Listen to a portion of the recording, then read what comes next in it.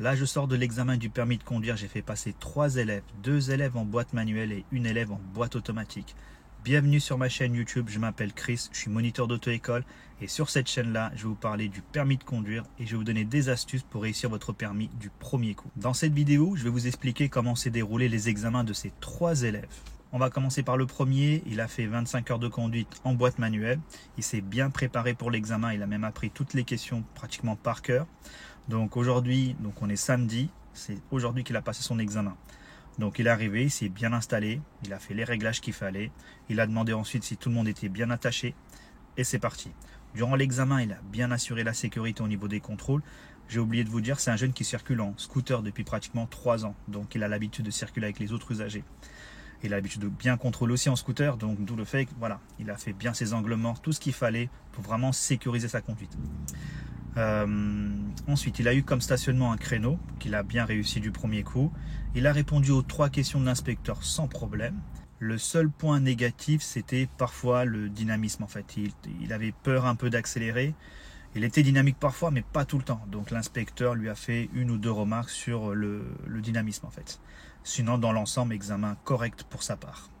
Ensuite, deuxième élève, elle a fait 28 heures de conduite, pareil en boîte manuelle. Pareil, elle s'est bien installée.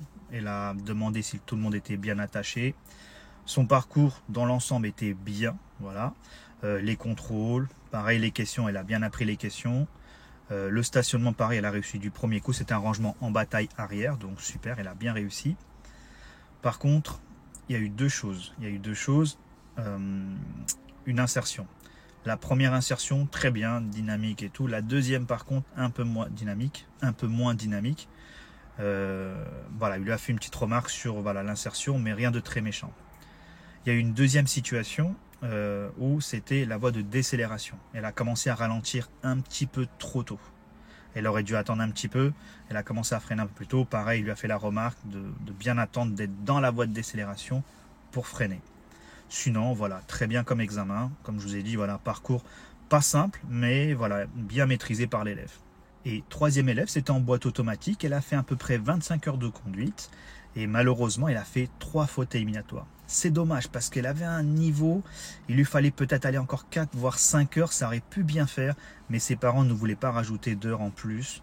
Donc on a fait avec. Donc là, ça ne s'est pas loupé en examen. Les 3 fautes. Alors la première, c'est un feu. Donc c'est un feu qui était rouge carrément. Il n'était même pas orange, c'était rouge. Elle a failli passer, l'inspecteur a freiné. Donc ça c'est la première faute. La deuxième faute, c'était un changement de voie. Elle a mal contrôlé malheureusement. On a failli toucher une voiture, donc l'inspecteur est intervenu sur le volant aussi. Donc là c'est la deuxième faute.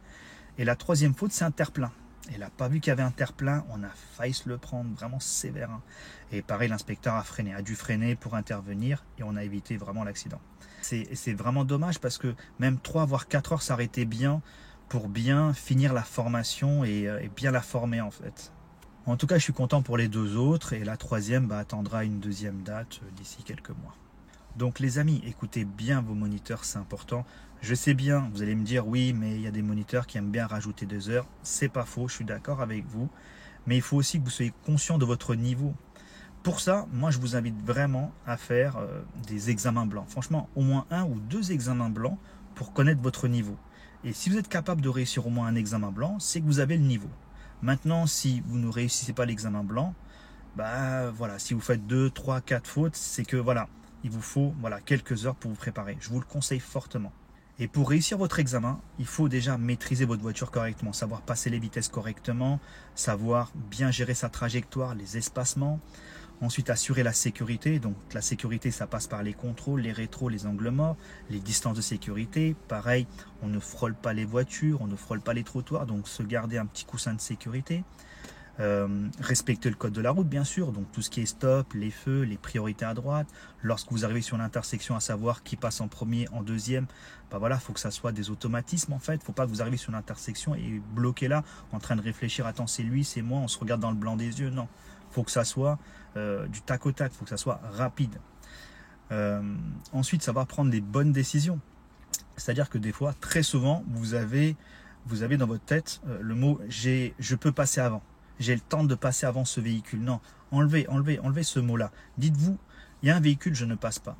Parce que pareil, quand vous avez une priorité à droite, vous voyez la voiture arriver, vous dites j'ai le temps de passer, et malheureusement, vous avez du mal à analyser la distance et la vitesse du véhicule. Donc faites très attention à ça. Donc voilà, savoir être autonome, prendre des décisions, ça c'est important. Et un dernier petit conseil, lorsque vous faites votre manœuvre, un stationnement, prenez bien tout l'espace qu'il faut. Ne frôlez pas la voiture. Souvent en examen, l'inspecteur vous laisse de la place. Il ne vous laisse pas entre deux voitures très serrées. Il peut vous laisser entre deux voitures, mais une bonne place. Voire, il n'y a rien derrière. Donc utilisez l'espace que vous avez derrière, par exemple pour faire un créneau, pour faire ça en toute sécurité.